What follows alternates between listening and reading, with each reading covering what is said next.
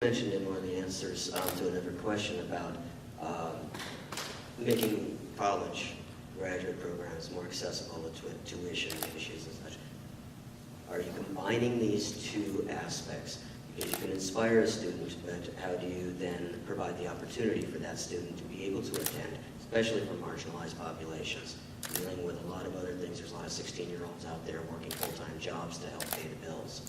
That student rarely has the ambition or the goal set to be able to pursue a PhD or a master's degree. So is there anything that you would work for to allow those avenues to open up for marginalized populations? So a couple of things. At the state level, we created a specific program that is a scholarship available to middle school students. And you sign up when you're in middle school, and if you achieve a very attainable grade point average and don't go into the criminal justice system, you've got up to 2 years of post-secondary education funded for you. It's a great program. We're getting the word out more and more throughout the state, and it's starting to have that generational impact, because first the older sibling goes through it and gets into community college or college, and then the younger siblings can follow suit. Another program I worked with when I was at Eastern Washington University is the McNair Scholars Program, and that takes non-traditional students and takes them specifically into graduate school and into PhD programs. And not only worked with that program at Eastern, but actually was an advisor to some of those students as they went into their graduate programs. And there's much more we can do at the federal level as well. As always, we have to not go backwards from where we are.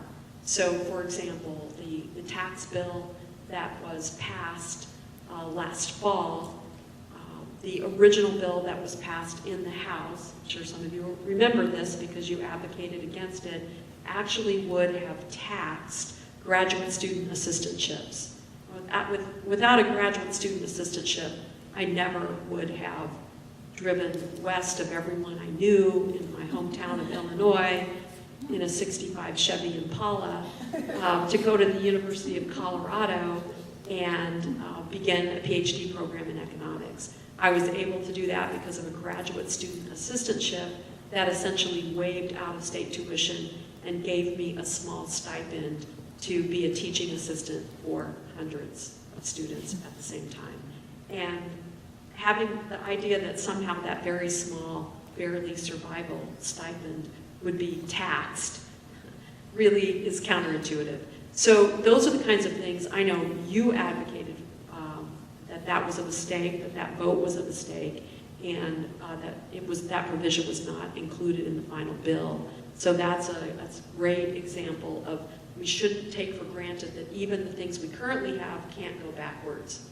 But also, there are bipartisan policies out there right now that would make graduate and professional education more affordable, and they're being stymied at the leadership level. So we need new leadership in Congress to get some of those to come forward and to make that investment in our future.